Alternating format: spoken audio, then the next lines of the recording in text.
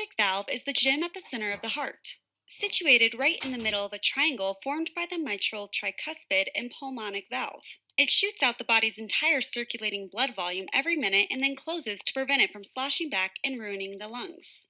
At Sketchy, we symbolize the cone-shaped aortic outflow tract with a cone-shaped princess hat, like the one on Cinderella here, who has just realized that the clock is about to strike midnight and her magical jaunt with the prince is about to come to a screeching halt. Functionally, there are only two things that can go wrong with the aortic valve. Either it gets stuck closed and doesn't open properly, aka aortic stenosis, as depicted by this princess hat being twisted closed by an angry stepsister, or the valve gets stuck open and doesn't close well, aka aortic regurgitation. In this scene, embodied by the other stepsister, who instead of being mad about the prince falling in love with Cinderella, has decided to get sloshed. Really just let herself go. See all that regurgin fluid though? In this sketch, we'll cover the clinical presentation and management of both these aortic valve disorders. Let's kick things off with aortic stenosis. As we mentioned earlier, aortic stenosis occurs when the aortic valve is unable to open fully, resulting in a smaller cross-sectional area available for blood to exit the left ventricle. This is also known as left ventricular outflow obstruction, and aortic stenosis is the most common cause of it. When the left ventricle starts working against increased resistance, it does what any other muscle in the body does: hypertrophies. I mean, just look at this guy. Psh, forget the prince. I got dibs on Chester frickin' A. Arthur over here. Concentric left ventricular hypertrophy allows the body to compensate for aortic stenosis for a while, which is why patients rarely have symptoms until they develop severe stenosis, defined as an aortic valve area less than 1 centimeter squared. More on that in a little bit. As aortic stenosis severity and LV hypertrophy continue to progress, the reduced compliance of the left ventricle results in diastolic dysfunction. That means the ventricle has problems filling, just like this waiter here, having trouble filling these glasses as he stares aghast. Ultimately, this leads to heart failure. Let's take a look at the classic clinical manifestations of aortic stenosis. Dyspnea, usually with exertion, is the most common presenting symptom of aortic stenosis and is a direct result of the reduced valve area. Since the aortic valve opening is smaller than normal, the left ventricle is unable to adequately increase cardiac output during exercise. This insufficient cardiac output to the brain can result in exertional syncope, a common and somewhat specific symptom of aortic stenosis. At Sketchy, we symbolize syncope with sinking, not the most appropriate footwear for soft terrain. The third quote-unquote early symptom of aortic stenosis is exertional angina, caused by the increased oxygen demand of the hypertrophied left ventricle. Notice that we've incorporated our recurring angina anvil symbol in the banister there, representing that characteristic anginal pain and pressure. Angina is typically reflective of severe aortic stenosis, since time is required for the left ventricle to get buff. Even though dyspnea, syncope, and angina are called early symptoms of aortic stenosis, they actually reflect end-stage disease. Remember, symptoms generally don't develop until severe AS is present. The age of the patient can tell you a great deal about the etiology of aortic stenosis. In North America and Europe, if a patient under 60 years of age presents with symptoms of aortic stenosis, the most likely cause is calcification of a congenitally bicuspid aortic valve, illustrated here by the bicuspid horse mouth and calcific milk mustache. Keep bicuspid aortic valves in mind, because we'll come back to them later on in this sketch. Patients who present older than 60 years of age, on the other hand, most likely have aortic stenosis due to age-related sclerocalcific change of an anatomically normal tricuspid aortic valve. While there are people out there with congenital unicuspid aortic valves, they are super rare. These statistics only apply to developed countries in the West. Worldwide, the most common cause of aortic stenosis is still rheumatic heart disease. Rheumatic rhubarb pie, anyone? Yes, even though mitral stenosis is the classic valve disease attributed to rheumatic fever, aortic stenosis is super common as well. It's worth reiterating that patients with aortic stenosis won't present with symptoms until they're late in the progression of the disease. More often, findings on a routine physical exam will clue you into a patient with asymptomatic aortic stenosis. Let's take a look at some of the signs you should be looking for. On the back of the carriage, the fairy godmother left Cinderella a little reminder about the importance of punctuality. It also conveys the classic exam finding, pulsus parvis et tardis. It manifests as a weak, slow rising carotid arterial pulse. Don't worry if you don't feel it. Pulsus parvis et tardis is more commonly found in younger patients, and you're more likely to encounter it on a test question than in real life. But seriously, don't be tardis, it's just poor form. The classic physical exam finding of aortic stenosis is the characteristic heart murmur. It's often described as a harsh crescendo-decrescendo systolic ejection murmur that's best heard at the second right intercostal space and radiating to the carotids. And we've definitely got a harsh ejection murmur going on here as this driver does a spit take. The timing of the murmur correlates with the severity of aortic stenosis, with an early peaking murmur typical for mild to moderate aortic stenosis, while a late peaking murmur is consistent with severe aortic stenosis. Which is why the other driver is reminding Cinderella how severely late she is. Don't just go straight for the murmur, though. Listen to that second heart sound. Aortic stenosis is commonly associated with a soft single S2. So not only have we made the second stage disappearing, getting fainter if you will, but we've given him a single antler. S2 is softer because, in the setting of stenosis, the valve leaflets aren't as mobile and stay kind of close together all the time, and therefore don't really slam shut like they used to. S2 is single because the A2 component, the aortic valve closure that is, becomes delayed, occurring simultaneously with the closure of the pulmonic valve at P2. Even more so than the absence of the classic murmur, a normal, physiologically split S2 is the most reliable finding to exclude severe aortic stenosis. If left ventricular hypertrophy has developed, you may also hear an S4 gallop produced by the left atria contracting against a non-compliant left ventricle. At Sketchy, this is symbolized with the stiff wooden back of the four-shaped chair, as the blood entering ventricle crashes against that stiff wall. This phrase can help you remember that S4 occurs before S1, like a stiff wall, a stiff wall, a stiff wall. Clinical symptoms and signs are what will clue you into aortic stenosis, but diagnosis requires that old standby, echocardiography. Transthoracic echo is the gold standard for diagnosis of aortic stenosis, as it can measure the valve area, flow velocity across the valve, and transvalvular pressure gradient, which are the parameters we use to determine severity. There are many ways to classify the severity of aortic stenosis, but the most common one you'll hear about on the wards is the cross-sectional area of the aortic valve. As we mentioned earlier, the number you should keep in your head is 1 centimeter squared that is. A valve area less than 1 indicates severe aortic stenosis, and notice that we've incorporated a less than 1 in that glass slipper. Dyspnea on exertion, the most common presentation of aortic stenosis, is one of those symptoms that's both super broad and kind of scary at the same time. So let's break down the most important conditions you should have on your differential. Sticking with cardiac issues, heart failure is one of the most common mimickers of aortic stenosis. Severe aortic stenosis can also cause heart failure too, so this one can be a bit of a chicken and egg situation. Fortunately, heart failure has a number of characteristic findings that you wouldn't expect with aortic stenosis alone. Look for elevated JVP, peripheral edema, and elevated BNP levels to help you differentiate it from AS. If that's not enough, echocardiography will give you definitive evidence of one or the other.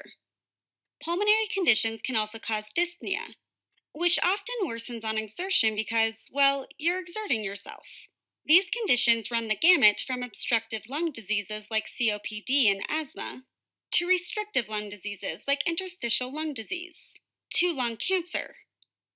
Many pulmonary conditions can be readily differentiated from aortic stenosis on a routine chest X-ray. Spirometry is another useful tool to diagnose obstructive lung diseases specifically. Aortic stenosis can also present with exertional angina. Where have we seen that symptom before? Coronary artery disease is definitely tops on the differential when you're talking about exertional chest pain. Stable angina is more likely to mimic the symptoms of aortic stenosis rather than the more acute chest pain of acute coronary syndrome. But you can't ever really ignore the possibility of ACS. Order an ECG and cardiac enzymes, such as troponins, to differentiate chest pain caused by coronary artery disease from the exertional angina of aortic stenosis. All right, let's sum up the clinical presentation of aortic stenosis in a sample assessment statement. Major Bruno is a 66-year-old man with a history of hypertension presenting with several episodes of dyspnea on exertion and presyncope over the past 3 months. He typically experiences these episodes while doing yard work. Physical exam is notable for a soft S2 and a 3 out of 6 systolic ejection murmur heard over the right upper sternal border and radiating to the carotid arteries. The carotid pulse is weak and delayed bilaterally. These symptoms and exam findings make severe aortic stenosis the most likely diagnosis. Great job! Seriously, diagnosing aortic stenosis is the hardest part. The plan, from an internal medicine perspective, for patients with AS is very straightforward. Asymptomatic patients with mild to moderate aortic stenosis should receive serial echocardiograms to monitor the progression of their disease. This is because there are no medical therapies that have been proven to delay the progression of AS in asymptomatic patients. At Sketchy, the symbol for an echo is an echo bullhorn, and so we've incorporated the symbol into the series of flowers in the planter box. A series of echocardiograms, if you will. Once patients have severe aortic stenosis, it's time to replace that valve. And wouldn't you know it, we've got a replacement princess hat, right on this rack here. Most patients with severe stenosis or symptomatic stenosis should undergo aortic valve replacement surgery. In some cases, patients with only moderate stenosis will get their valve replaced if another cardiac surgery is already planned. I mean, if you're already in there, why not? Now that you're an expert on aortic stenosis, let's pivot and turn our attention to the other major disease of the aortic valve, regurgitation. You remember her, right? Just regurging all over herself.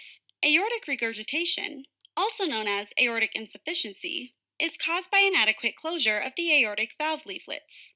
Aortic regurg can be caused by disease of the aortic valve leaflets directly, or by dilation of the aortic root.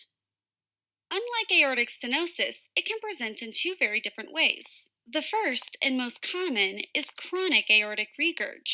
Chronic disease evolves slowly, with a long asymptomatic compensated phase before symptoms develop.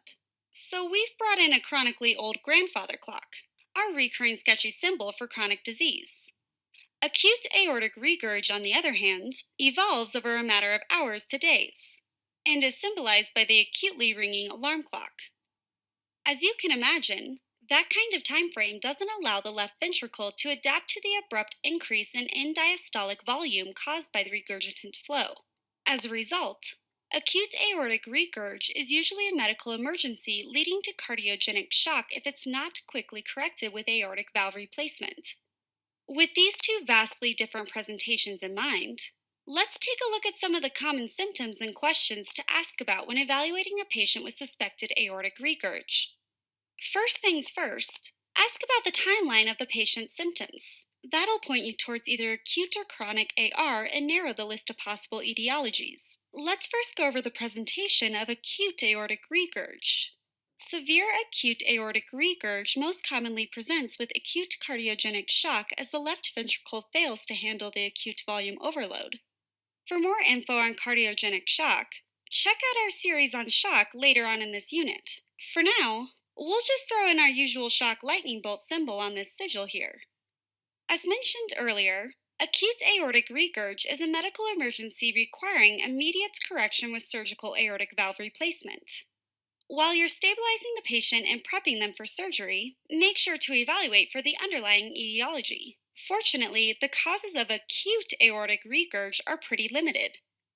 Endocarditis is the most common cause of acute aortic regurg in patients with a native aortic valve.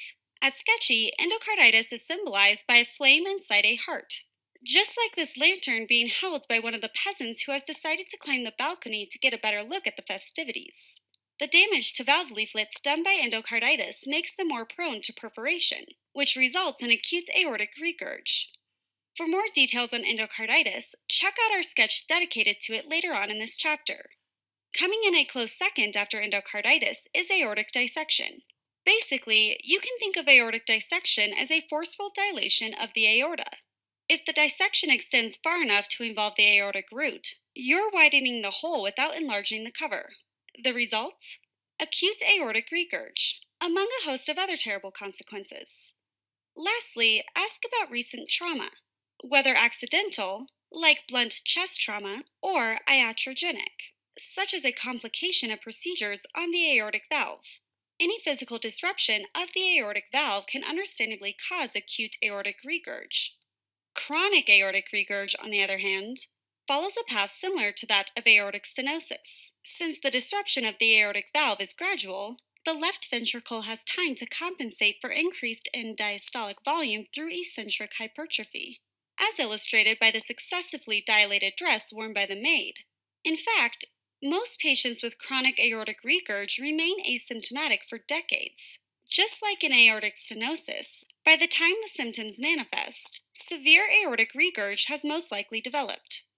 The most common presenting symptoms of severe aortic regurg include dyspnea on exertion and other symptoms of heart failure, hence the floppy failing heart balloon left behind by some careless party guests. We've brought our angina anvil back as well, because exertional angina may also develop, even in the absence of coronary artery disease. Remember, the left ventricle relies on perfusion from coronary arteries during diastole when the ventricle is relaxed. In the setting of aortic regurg, however, diastolic pressure in the coronary system is not maintained as blood regurges back into the left ventricle. Coronary flow drops off, and the heart gets ischemic. Unlike aortic stenosis and acute aortic regurg, chronic aortic regurg can be caused by a bunch of different conditions. In developed countries, the most common cause of chronic aortic regurgitation is aortic root dilation, as depicted by the tree there. The arch of the tree evokes an image of the aortic arch, wouldn't you say? Notice that we've made the base, the root if you will, dilated. Aortic root dilation is associated with a number of conditions, from genetic syndromes like Marfan, Ehlers-Danlos, and osteogenesis imperfecta, to large vessel vasculitis such as giant cell arteritis, and Takayasu arteritis, to infectious aortitis, most famously caused by tertiary syphilis. So we've drawn in our recurring Marfan Martian, a vasculitic candle, and a flame of aortitis on the side. Remember congenital bicuspid aorta? It's back!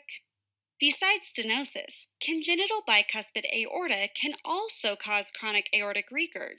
Patients with bicuspid aorta who develop aortic regurg typically present at a younger age than those who develop aortic stenosis. Think 30s rather than 50s. Also making an encore, rheumatic heart disease. In addition to being the most common cause of aortic stenosis worldwide, it's also the most common cause of chronic aortic regurg in the developing world. The tastiest cause, too. That looks delicious. Even though chronic aortic regurg can remain asymptomatic for a long time, not all hope is lost. There are a number of objective findings to look for that can help you diagnose aortic regurg at an earlier stage. We won't review the objective findings or management of acute aortic regurg here because they very closely resemble those of cardiogenic shock.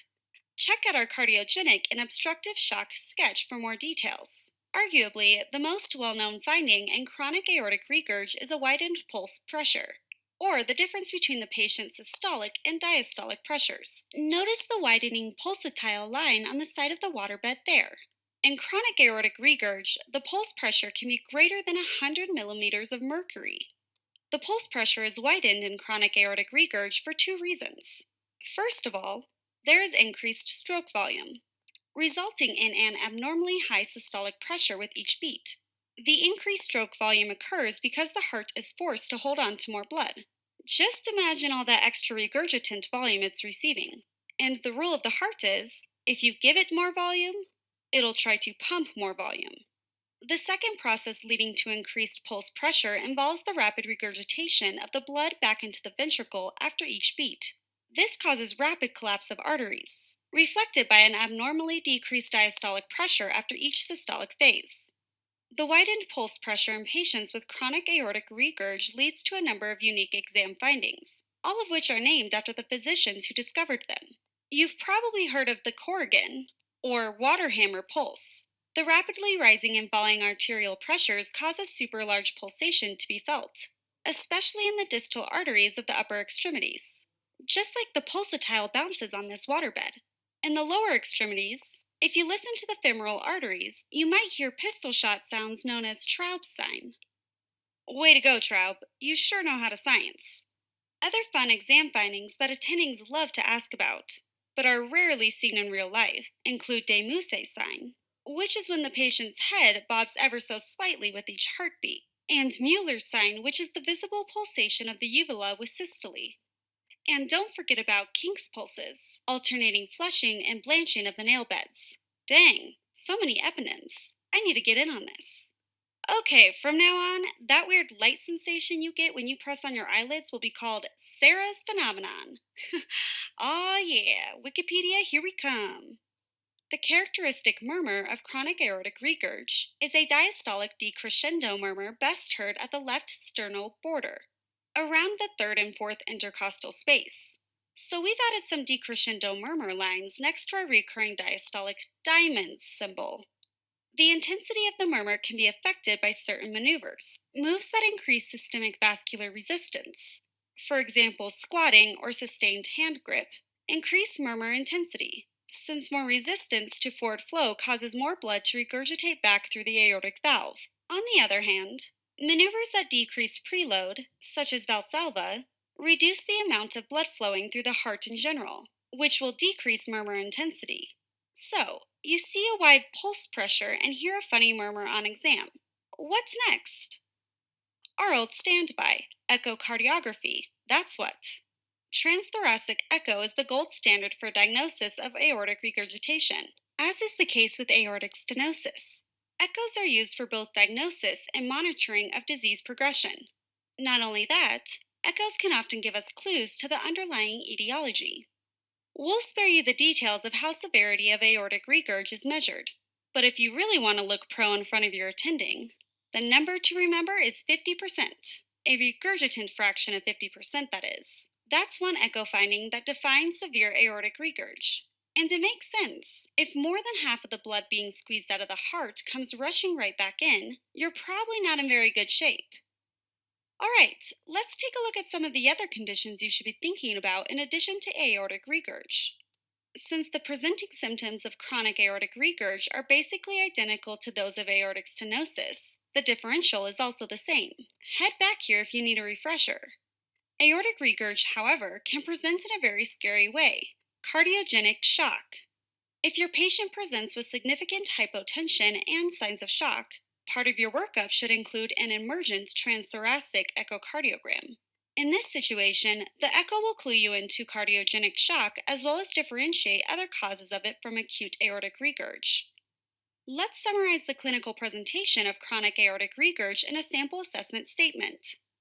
Madame Tremaine is a 48-year-old woman with no significant past medical history presenting with episodes of exertional dyspnea over the past 5 months. Her exam is notable for a blood pressure of 148/60, bounding radial pulses, and a 3 out of 6 diastolic murmur heard over the left sternal border.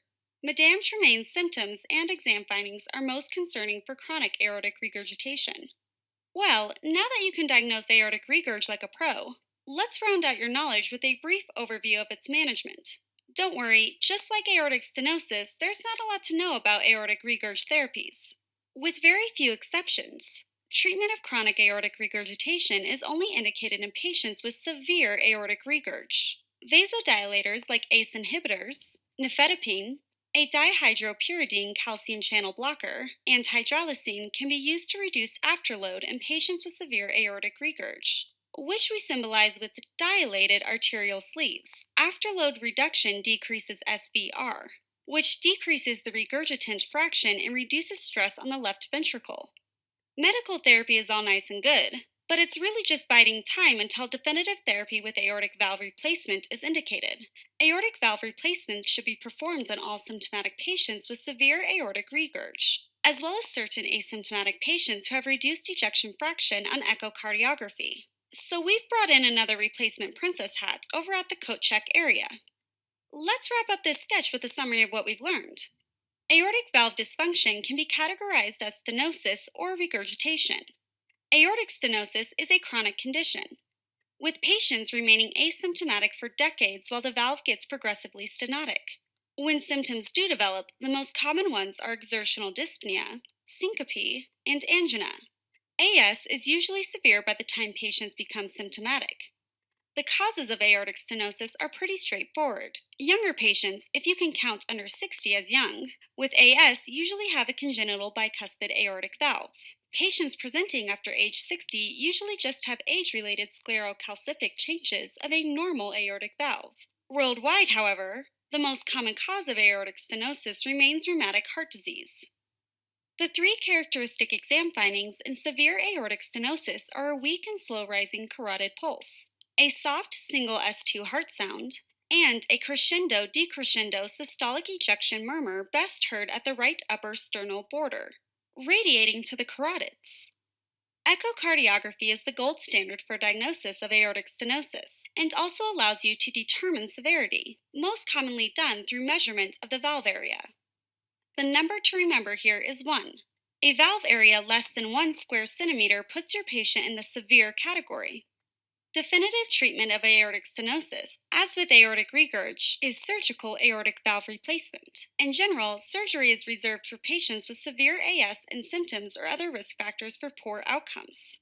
When it comes to aortic regurg, there are two different types of presentations: chronic aortic regurg, which progresses slowly over many years, and acute aortic regurg, which manifests acutely over hours to days.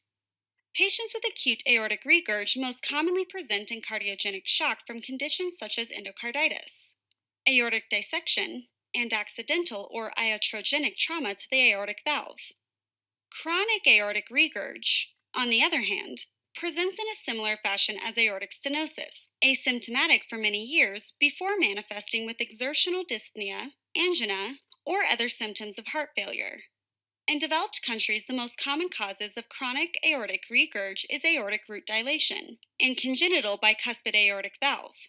Worldwide, however, the most common cause of chronic aortic regurg remains, you guessed it, rheumatic heart disease. The hallmark of chronic aortic regurg is a widened pulse pressure, which can then lead to a number of unique physical exam findings, such as bounding water hammer pulses, pistol shot sounds heard over the femoral arteries, head bobbing, and uvula pulsations. The characteristic murmur of chronic aortic regurg is a diastolic decrescendo murmur best heard at the left sternal border, increasing with afterload increasing maneuvers such as squatting and sustained hand grip. Once again, echo is the gold standard for diagnosis of aortic regurgitation, whether chronic or acute.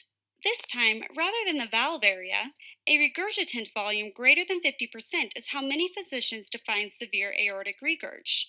Treatment of chronic aortic regurg is similar to that of aortic stenosis. Aortic valve replacement remains the definitive therapy and should be performed in all systematic patients with severe aortic regurg. In the case of chronic aortic regurg, however, vasodilators such as ACE inhibitors, nifedipine, and hydralazine can be used to reduce wall stress on the left ventricle in non-surgical patients.